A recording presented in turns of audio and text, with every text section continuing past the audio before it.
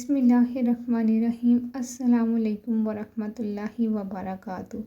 सबसे पहले दुआ के लिए अपना नाम कमेंट सेक्शन में ज़रूर लिख दीजिएगा ताकि आपका नाम भी खुसूसी तौर पे दुआ में शामिल कर लिया जाए। जज़ाकल्लाह। 7 दिन में तमाम गुनाह छूट जाएंगे।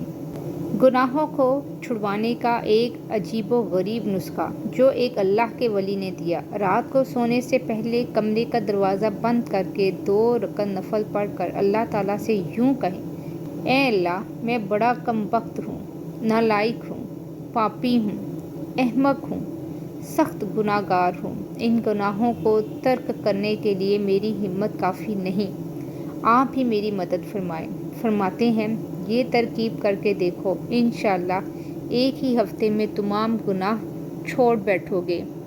अगर आप दुनिया में रहते हुए अपनी ज़िंदगी के होते हुए अपने गुनाहों की तलाफ़ी, अपने गुनाहों की माफ़ी नहीं मांगेंगे तो आपकी इस ज़िंदगी का कोई फ़ायदा नहीं है।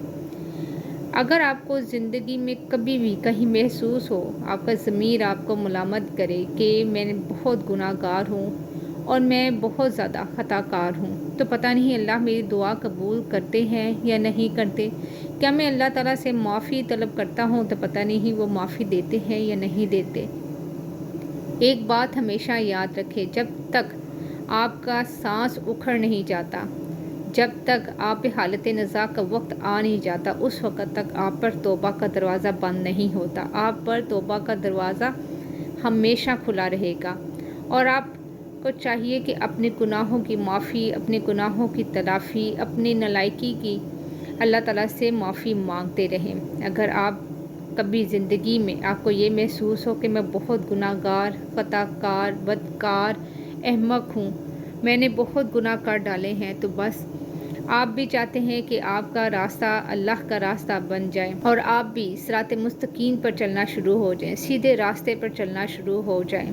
कभी ज़िंदगी में ऐसा महसूस हो और आप सारी अपने गुनाहों को छोड़कर सीधे रास्ते पर आना चाहें, अपनी तमाम बुरी आदत को, अपने तमाम बुरे अफ़ाल को छोड़ना चाहें, तो एक बार अल्लाह की तरफ कदम बढ़ा कर देखिएगा। जब कदम बढ़ाएंगे कभी भी अल्लाह ताला आपको मायूस नहीं लौटाएंगे और जब अल्लाह से माफ़ी मांगेंगे तो आप यकीन जाने आपके हाथ उठाकर नीचे आने से पहले अल्लाह आपकी तौबा कबूल कर लेंगे। लेकिन मांगने का तरीका आपको आना चाहिए। जब अल्लाह से मांगे, अल्लाह को मुखातिब करके आपने अल्लाह ताला से दुआ करनी है। 2 रकअत नफल पढ़ लें, तौबा के पढ़ लें और अल्लाह ताला से अपने तमाम गुनाहों की माफ़ी मांगें और कहें कि मैं इतनी हिम्मत नहीं रखता कि आपके आगे मैं खड़ा हो सकूं, मेरी इतनी ताकत नहीं है कि मैं आपसे मांग सकूं, लेकिन मैं ये जानता हूं कि मैं जिससे मांग रहा हूं वो सब अता कर देने वाला है।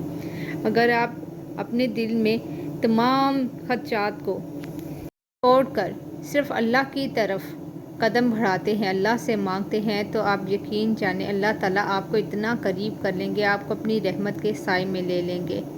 लेकिन आपकी नीयत ये होनी चाहिए कि जब मैंने अल्लाह से अपने गुनाहों की माफ़ी मांग ली, अब दोबारा कभी उस गुनाह का रास्ता इख्तियार नहीं करेंगे, दोबारा कभी बुरी आदत नहीं अपनाएंगे। इन सब को आपने ख़त्म करके ही अल्लाह ताला से माफ़ी मांगनी है।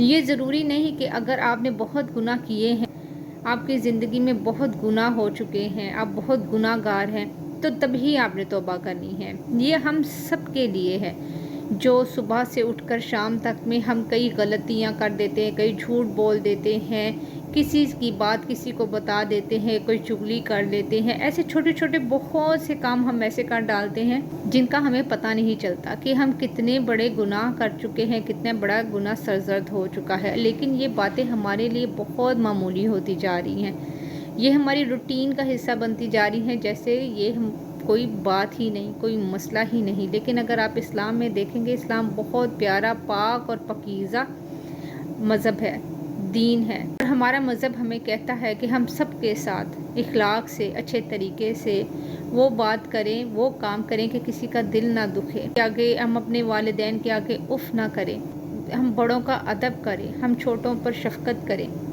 हम किसी की बात किसी से ना करें, किसी को धोखा ना दें, झूठ ना बोलें। इन छोटे छोटे अमाल से अपने आप को बचाएं। अगर आप इन अमाल से बच भी गए हैं और आप बहुत पुरसुकून ज़िंदगी गुजार रहे हैं, پھر بھی آپ اللہ تعالیٰ سے لازمی توبہ کیا کریں۔ ہر نماز کے بعد کان پکڑ کر اللہ تعالیٰ سے توبہ کیا کریں اور اللہ تعالیٰ سے معافی مانگا کریں اور کہا کریں کہ اگر میں خطا کار ہوں، اگر میں گناہ کار ہوں تو مجھے بخش دے، معاف کر دے۔